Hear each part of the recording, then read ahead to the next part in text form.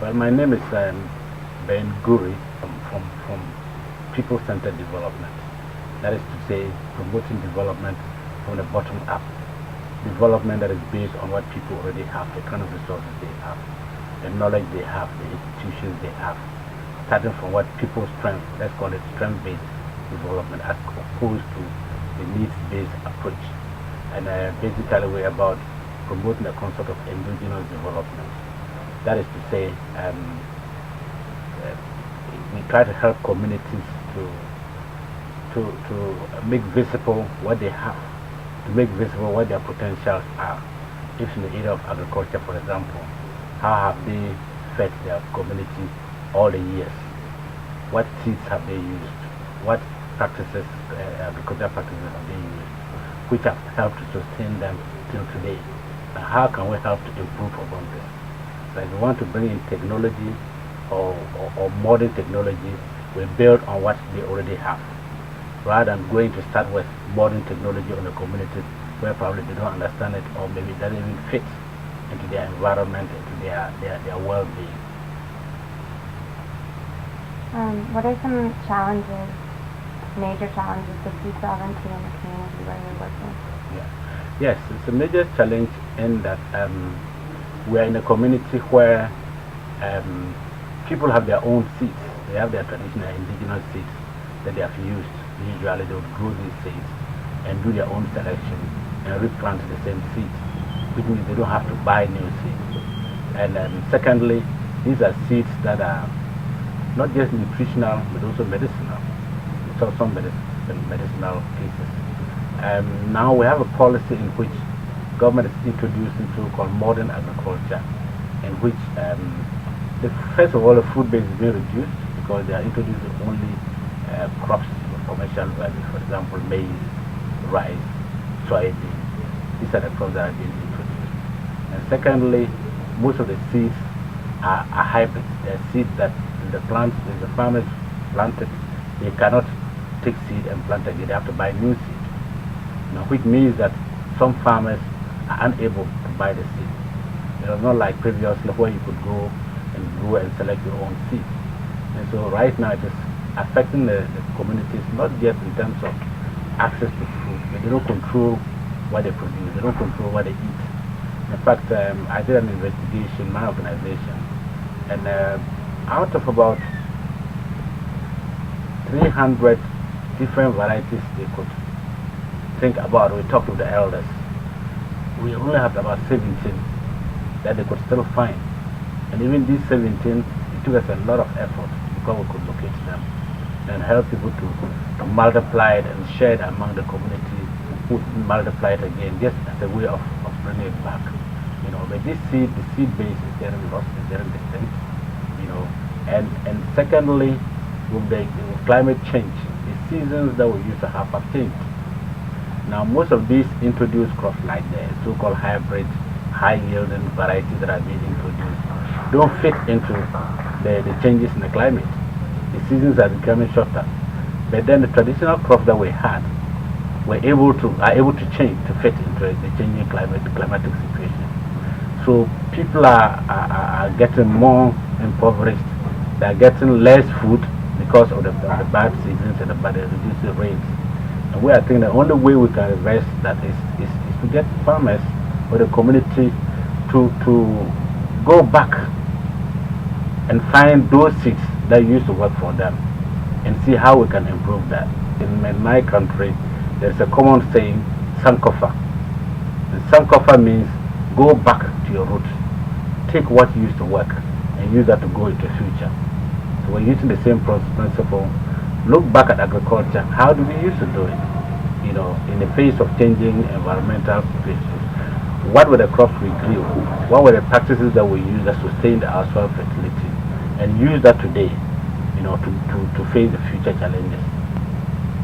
What are the communities you are working with doing to attain food sovereignty? I think as of now, what we are doing more is basically look at seed. We put a lot of emphasis on seed and traditional food, revitalizing our traditional seed. And for example, we've done a program in which the community agreed that everybody who had some seed, traditional seed somewhere. They brought it to a central place. We did a kind of an exhibition of what seeds are available. After that exhibition, they shared the seed among some specific farmers who went to multiply this, and they shared it again among the community. So in that way, we have rebuilt back the seed base. And we are talking of not only just grains, we are also talking of tubers, we are talking of vegetables, which are getting extinct, which is one way. The second way is that in terms of the food we eat, the quality of the food, the women, the old elderly women, are teaching the younger ones how to prepare these into nutritious dishes. This is what we have used in the olden days, and it worked for them, and people were much healthier. So we're not only just bringing back the seed, we also look at how to prepare this into nutritious dishes and making it popular. In fact, our idea is that one day we want to encourage that these dishes are found in restaurants. But now if you go to an average restaurant in Ghana, you don't find traditional food. It's all about rice, and we believe that if we can bring these traditional foods into a restaurant, first of all, that will boost market for the traditional production, and also to create the taste for the traditional food. Yeah. How does Groundswell support your efforts? Groundswell is great because I think in terms of talking about agroecological farming, it's one of the few organizations that is spearheading the campaign in this area. Well, for example, we are doing a campaign we call the We Are the Solution campaign, which is particularly by women farmers, making a point that it is only the peasants, it's only the communities that can solve their food sovereignty situation. They know the seed that they need. They know the farming practices that will sustain their soil fertility. And Groundswell is leading this campaign in my country. For example, they have supported the mobilization of over 300 women in just one small community. And then these women are spearheading the campaign. Now what we intend to do is to go beyond this one community to a whole region and to the whole country. And Groundswell is giving us support to do this. Why do you do this work? I do it because, first of all, I come from a rural family, a poor rural family, peasant. I was basically a farmer. When I was a kid, I went to the farm with my father.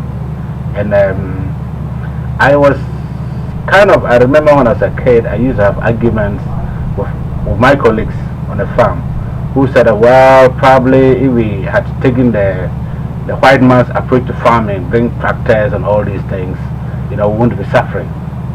But I remember, I was a kid, I don't know why I used to think that. I said no, but I think that if we didn't have that white man's technology, we'll be able to improve upon what we have, So in a way, the white man's technology is diverting our attention. And so I decided that I would learn agriculture when I go to school. And so when I went to university, I studied agriculture. And even in university, I used to challenge my professors, because the teaching is all about complicated combined harvesters and tractors. I said, look, but when I go back to my village, what they're using is a simple hoe, is a bullock plow. I don't know anything about that. They're not teaching me that. They're teaching me about a combined harvester that I wouldn't find in my village, But of course, the professor said, well, they're training you to be able to go to America and Canada and set of other scientists. I said, yes, but what is the value of that to my community? So when I finished school, I thought that, well, probably if I could go into my own kind of organization, then I would have an opportunity to express myself, to do what I think is right. And so I started this organization, which is the Center for Indigenous Knowledge. Look at how we can look at our own knowledge base, our own science, because we have our own science. How do we build on that, rather than trying to compete with the modernization where we would never be able to catch up? And I also believe that we could learn a lot from the mistakes of modernization and see how can we do modernization in a different way at a community level. That really motivated me to go into this kind of work.